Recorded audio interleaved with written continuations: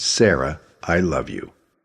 From the series The Adventures of Ellis Page, written and narrated by Jeffrey John Edwards, recorded, mixed, and mastered at Magic Touch Audio Studios, Manteca, California, 209-608-8581.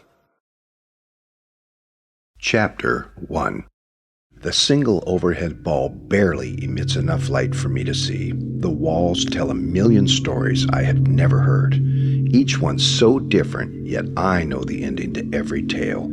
I am full of pizza and beer, my favorite meal, and I haven't slept in 3 days, and still I am as awake as I have ever been. There isn't a sound, almost an eerie silence that, if broken, surely brings death. A single bead of sweat slides down the tip of my nose onto the floor, and then another skipping off of my cheek. I'm trying to clear my mind, but I am in unfamiliar territory and unable to operate in less than a blur. Out of the darkness appears a tall figure so silent I hardly notice him, but he startles me.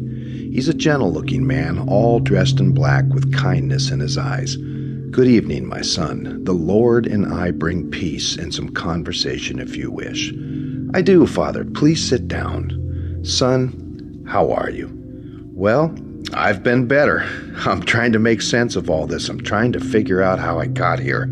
"Well, the Lord has a plan for us all, and in His glory He has chosen your path." "What the hell did I ever do to deserve this?" "Sorry, Father, about the hell thing. I'm just a little nervous." "I understand. You know, Father, I have never really been all that religious in my life, but I did say that if God got me out of this one, I would be. The Lord will save anyone that asks to be saved, my son." "Father, I wouldn't even know where to begin." "Well, there really is no trick to asking the Lord for Savior. You only have to ask, and so you will be saved." "Well, then here goes, Father. Please forgive me for that time I looked through the hole in the wall at the Kleland High School girls' locker room shower. I don't even really remember it. You believe what I'm saying, don't you, Father?" "Do I believe you're sorry, or you don't remember it?" "Son, I went to high school too. I doubt if you're sorry." "Lord, I am sorry that on that faithful day Sarah Colleen Ames stood in all her glistening glory among 40 nude seniors, and I couldn't get my eyes off of her. She was a vision that grasped my heart so tightly I couldn't breathe for a week. One look, and I felt like someone had punched me in the chest, but it hurt good, though, if you know what I mean, Father. She was for sure the answer to my need for love. Lord, I guess I'm saying please forgive me for my insecurities and adolescent ogling that brought me to my darkest day." "Son, true forgiveness can only happen when you confess your entire part of the sin." "That is my part of the sin, damn it!" "Sorry, Father." The steel door opens, and I can hear in the back of the hallway 4 or 5 pairs of footsteps walking together in unison towards the Father and me. I can hear the jingling of keys, and my heart begins to race. The Father moves his lips, and I can hear nothing. I look to the hall and ask out of the side of my mouth, What did you say, Father?" "I said true forgiveness can only happen when you confess your entire sin." I hear the key slip into the door, and shortly after the turn of the key, the door slowly opens. "This is your last chance to confess, my son, for soon it will be too late." "I can't confess, Father. I can only say at this time that I know the way to hell because I feel looking back that I've been there all along." "I'm sorry to hear that, son." "Ellis Page, please stand. It is time. Gentlemen, take your positions." 4 men move closer, one to the front, back, and on both sides of me. The big guy out front asks, "Ellis, how was your dinner?" "Great. Pizza and beer are my favorite meal, but I'm feeling not so good right now." "I can understand that. You know, this is nothing personal. It's just my job. Gentlemen, are you ready?" "Yes, Captain." "Dead man walking.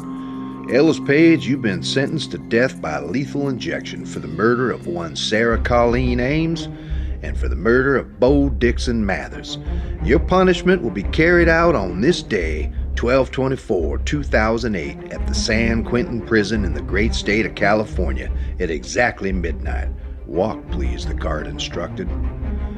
My first step felt like that dream where you have to move but you can't.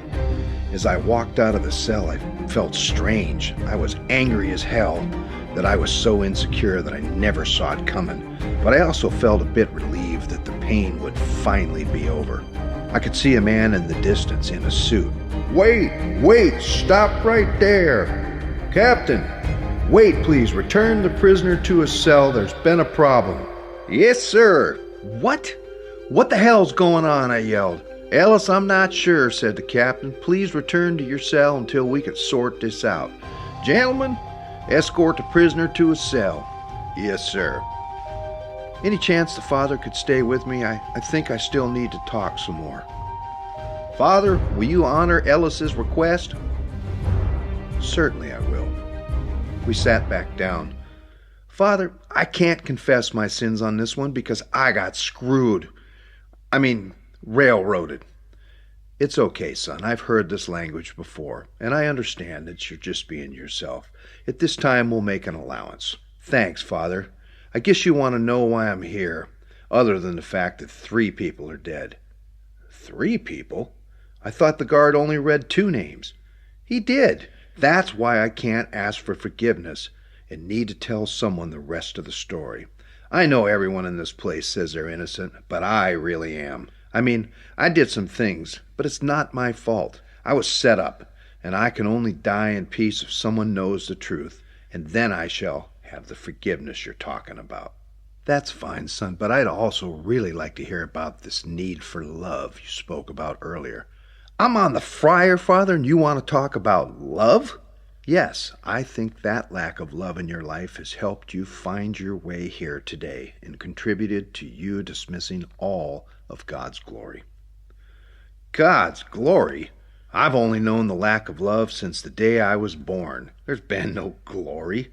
You see, my birthday was on the very day that John F. Kennedy was shot, within 1 minute, November 22nd, 1963. My father sat in the waiting room watching television and waiting to hear whether he had a boy or a girl. As a doctor entered the waiting room and announced, "It's a boy," the shot rang out, killing President Kennedy, forever changing history. My father sat in disbelief and never even heard the doctor say it's a boy. Son, I could see where that would be hurtful. But you were too little to even know that happened. True. But every birthday has been spent talking about new theories as to how President Kennedy was assassinated, and that day will forever be painful for me and him. Father, it's tough to feel good about love when you can't even celebrate the day you were born with the guy that you should love the most. Do you see what I mean? My parents weren't the affectionate type of people. Age 4 or 5 was the last time I remember any I love yous or hugs coming my way. After a while, you forget what it's like, but you still want to hear it or need to be hugged. It feels like something is wrong with you. I can't believe I'm telling you this. Hell, who cares? In short order, it won't matter anyway.